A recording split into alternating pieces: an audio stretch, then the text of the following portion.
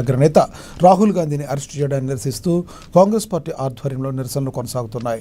ఇందులో భాగంగా నిర్మల్ జిల్లా మామడ మండల కేంద్రంలోని జాతీయ రహదారిపై కాంగ్రెస్ పార్టీ ఆధ్వర్యంలో రాస్తారోకో చేపట్టారు.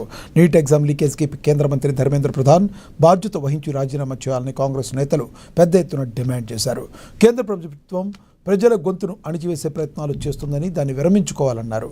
అనంతరం తహసీల్దార్ కార్యాలయంలో వినతిపత్రం ఇచ్చారు.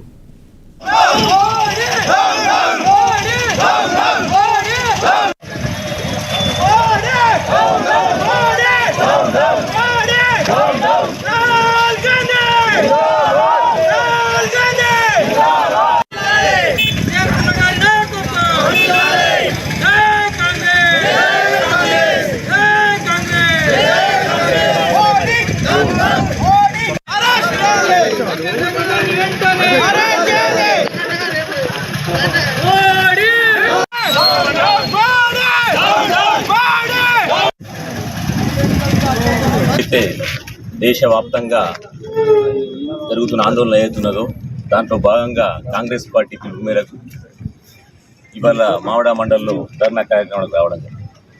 అందరూ గమనిస్తున్న ప్రజలంతా భారతదేశంలో జరుగుతున్న విషయాలన్నీ, ఎందుకంటే యూత్ పిల్లలంతా రాత్రింబవళ్ళు కష్టపడి మా జీవితాలు బాగుపడతాయన్న ఉద్దేశంతో ఏదైతే నీట్ ఎగ్జామ్ ఏదైతే ఉందో కష్టపడి రాయడం జరిగింది. అది రాసి దాంట్లో ఉత్తీర్ణులమైతే మాకేమైనా జీతాలు వస్తాయి, మేము మా జీవితాలు బాగుపడతాయి, మా ఇళ్ళన్నీ బాగుంటాయి అనే ఉద్దేశంతో చాలా కష్టపడడం జరిగింది.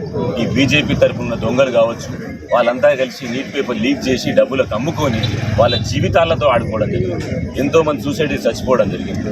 చాలామంది చాలా రకాల అవస్థలు పడుతున్నారు. ఇలా అది అలా ఈ గోస అలా కనబడతలేదు. దీన్ని పట్టుకొని యూత్ పిల్లలంతా కలిసి కొన్ని సంఘాలు కలిసి యూత్ తరఫున దేశం లెవెల్లో ధర్నాలు శాంతియుతంగా చేసుకుంటే వాళ్ళపైన లాఠీ ఛార్జీలు, తలకాయ దెబ్బలు ఇలా టీవీలలో పేపర్లో చూస్తుంది. అంతా దానికి చాలా విచిత్రంగా అన్యాయంగా కొట్టడం జరిగింది. దానికి నిరసనగా రాహుల్ గాంధీ గారు కాంగ్రెస్ పార్టీ తరఫున దేశం లెవెల్లో యూత్ పిల్లలందరికీ మద్దతుగా ఇది అన్యాయం జరిగింది కాబట్టి, నీటి ప్రశ్నపత్రం లీక్ అయింది నిజమే కాబట్టి, ఏదైతే దానికి సంబంధించిన మంత్రి ఉన్నారో ధర్మేంద్ర ప్రధాన్, ఆయన విద్యాశాఖ మంత్రి కేంద్రంలో, ఆయన్ని బర్తఫ్ చేయాలని రాహుల్ గాంధీ వారు పట్టుపట్టడం జరిగింది. అదేవిధంగా యూత్ పిల్ల పైన దాడి చేయడం కూడా అమానుషం, అన్యాయం. దీంట్లో భాగంగా రాహుల్ గాంధీ గారు ధర్నా చేస్తే శాంతియుతంగా, ఏది మోడీ ఇంటికి పోయి ముందర శాంతియుతంగా ధర్నా చేస్తుంటే రాహుల్ గాంధీ గారిని కూడా ఆయన మరియు ప్రియాంక గాంధీని కూడా అరెస్ట్ చేయడం జరిగింది. దానికి నిరసనగా దేశం మొత్తం మీద కాంగ్రెస్ పార్టీ తన ధర్నా చేయడం జరుగుతుంది.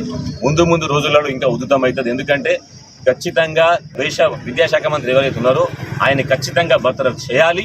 పిల్లల మీద పెట్టిన కేసులను ఎత్తివేయాలన్న ఉద్దేశంతో మా కాంగ్రెస్ పార్టీ ఉద్యమం తలపెట్టడం జరిగింది.